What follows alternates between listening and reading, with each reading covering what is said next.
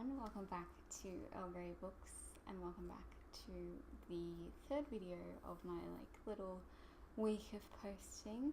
I'm Ellie and today I'm talking about the most disappointing books that I read in 2018. So I'm a little bit late because I'm lazy and I get sick a lot. So here we are. We have a Percy. I think you can probably see his tail and that's probably it. But I have 10 books that disappointed me. Again, didn't pick 10. Just happens that there were 10. These aren't necessarily ones that I DNF'd. There are a few that I did, but some of them I did read the whole way through and just was very disappointed in them. So here we go. I'm just going by order that I read them. So the first one was my second read of the year, and that was The Edge of Never by J.A. Redmersky. I'd heard really good things about this one. It's a new adult romance, which isn't usually what I read. I used to read a little bit of that a few years back, and I think maybe if I had read this a few years ago I would have liked it. Honestly, reading it last year, it was creepy and uncomfortable, and this was one that I DNF'd. I think I made it maybe 30 pages in and it was just too bad and I just couldn't keep going. So there's that one. And then number 2 was quite a bit later in the year. I want to say April or May, and I read Ink and Bone by Rachel Caine. I enjoyed this one. I rated it 3 stars, so it wasn't terrible. It was just not at all what I was expecting. Firstly, for some reason I thought the main character was a girl, and it's not, and there's nothing wrong with that, but it just threw me off because I'd been expecting this particular kind of story, and it was different. It's just a really slow book, so I won't be continuing on with the series, but I did, it was okay. I read the whole thing. Sometimes I wish I hadn't, but I did. Number 3 is Negroland by Margot Jefferson. This is a memoir about growing up as a woman of colour in the 1960s. I had really high hopes for this one. I had just read Men We Reaped by Jasmine Ward, and this was sort of recommended to me as being kind of like that one in writing style and similar kind of experience being a woman of colour. I didn't like this one. I just thought it was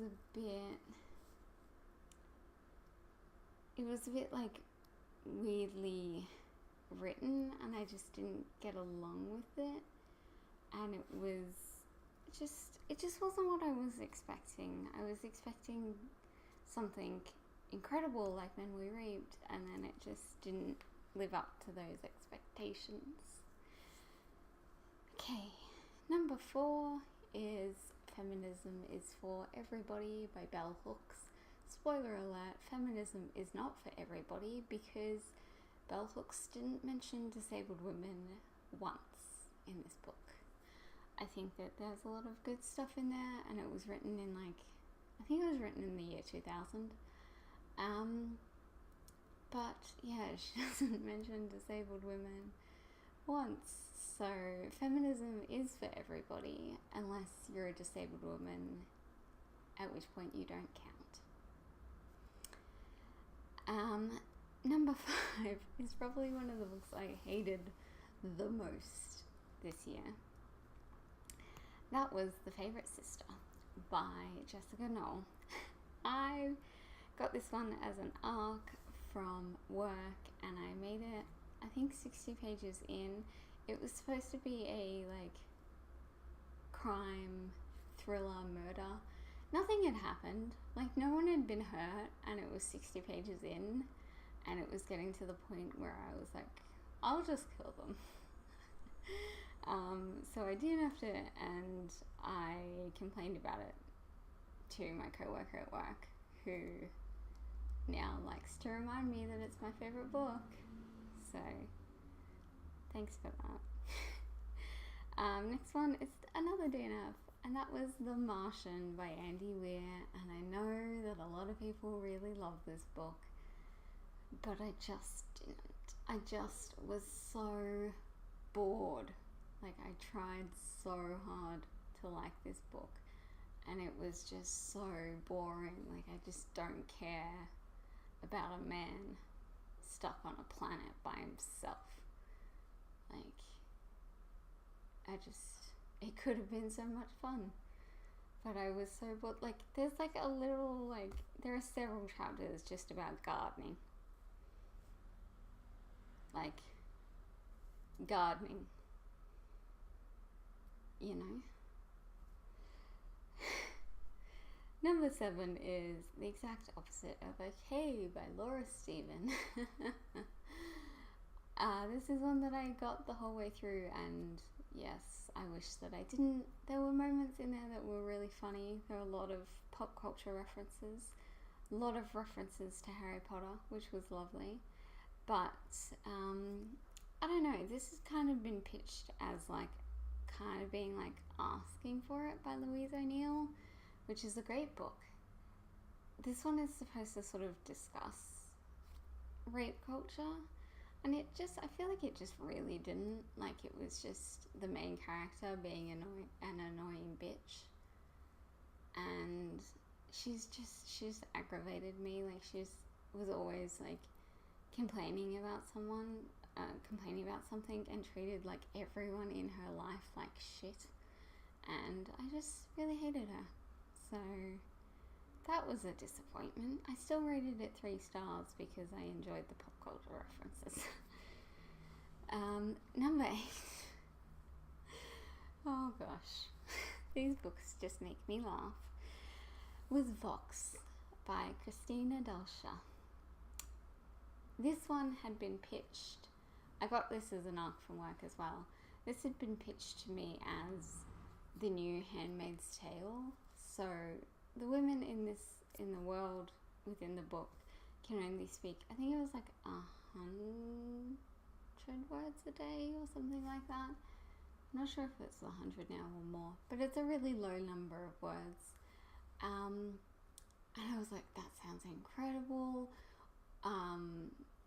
One of my coworkers and I get really excited about like books with like feminism in, so the two of us were like pumped for it, and then I started reading it and it was terrible.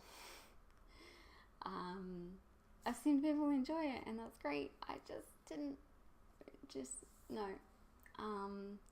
Maybe I went in with too high expectations, because I mean, Handmaid's Tale is, you know, pretty high up there on my list of books that I love, and this just was nowhere near it.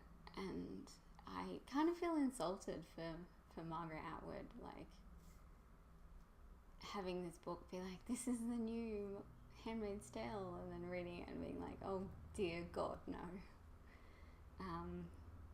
So I would highly not recommend that one personally.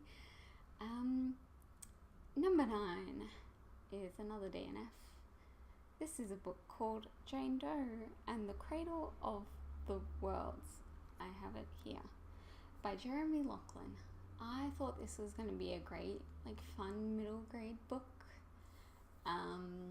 It looks a little bit like, kind of like Tomb Raider, and a bit like Indiana Jones, and I was kind of secretly hoping for a little bit of like the Mummy vibes, because I don't know if I've mentioned, but like the Mummy is like one of my favorite movies of all time, so I was ready for that kind of vibe. This is a weird book in that it's like a middle grade age character. and middle grade aged writing, but with content for young adults. Like, there's a lot of swearing, and I'm pretty sure there was some like weird sexual references at some point. The main character is like 13 or 12 or something like that. It was just very uncomfortable, and I read like 250 pages of this because I was like determined to enjoy it, but it was just like, I just think it would have been a great book if the author had picked one direction to go in, like either fully commit to the young adult or to middle grade. Like, some authors can sort of blend them well. Jeremy Laughlin cannot. So this was a no for me. And I don't know, I one of the managers at one of our other stores loved this book. And she's like I don't know, she's not like middle-aged, but she's like a mum and all this sort of stuff, and she liked it, but I don't know. I was just uncomfortable with that kind of like weird division thing going on. And number 10 is actually the book that I ended the year on, and that was Of Human Bondage by W. Somerset Maugham. I've been reading this one. I think I started this one in like, I don't know, March or April. I was buddy reading it with Josh from the Literary Gladiators, and he really enjoyed it. I did not. I was enjoying it for a while. It's the story, it's set in like the Victorian era, and the main character has a club foot, which is what I was born with, so I was like super excited, and I really liked his like childhood. But then it gets into him as like a teenager and adult, and I just hated him. He was a whiny little privileged white boy, and I hated him, and I hated everyone around him. So I just found it really boring. Like, you'd be learning about something, and there'd be like a conversation going, and then like there'd be this whole chapter about absolutely nothing in particular that had nothing to do with the storyline, and it just slowed everything down. Like, it could have been like 300 pages shorter and been a better book. So, was not impressed. I finished it. I gave it, I think, 2 stars.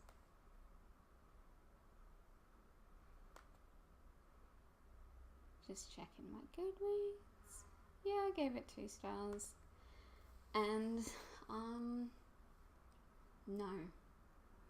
I was so disappointed because there are hardly any books with characters with club feet, and this was just not a good one. Like, the representation of Clubfoot was like spot on, but the book itself just sucked. So, those are the most disappointing books that I read in 2018. Let me know if you've read any of them. I know that people love some of them, and that's totally cool. These are just my opinions, and like, if you like them, if it's one of your favorite books, that's awesome. I'm glad you enjoyed it, but I just didn't, and I'm sorry. But anyway, I will see you all tomorrow. What video am I doing tomorrow? Oh, I'm talking about some of my other non-bookish favorites of 2018, which I'm really excited about. So I will see you all then. Let me get back to that. Thanks for watching. Bye.